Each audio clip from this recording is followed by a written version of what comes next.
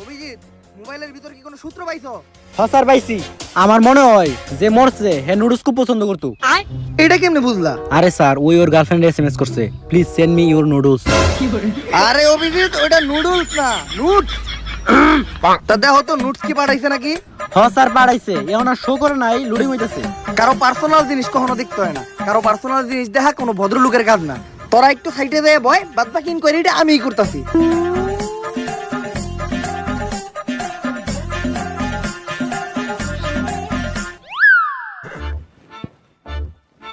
ও কি জিনিস দেখলাম, এমনিতেই যে হট, তার উপর তো আবার এই পিকচার দেখার পর শরীরে আগুন ধরে গেল গা।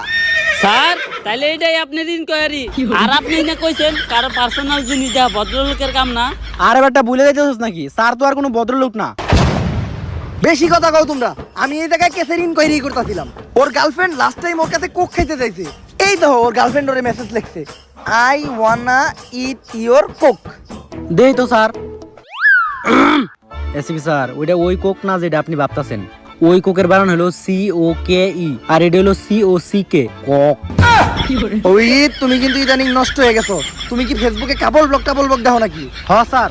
স্যার কাপল ব্লগ তো আমিও দেখি, আর পোলাপানে কাপল ব্লগ দেখবো না কে? আগে কষ্ট কইরা এমবি বইরা VPN চালু কইরা ব্রাউজারে ঢুকে ওয়েবসাইটে যা দেখতে হইতো, তা এখন ফেসবুকে কাপল ব্লগ লেখা সার্চ দিলে পরে কম খরচে ভরপুর বিনোদন। আর যেই ভিডিওতে থাকে বেশি পকা বক, তার নামই কাপল ব্লগ।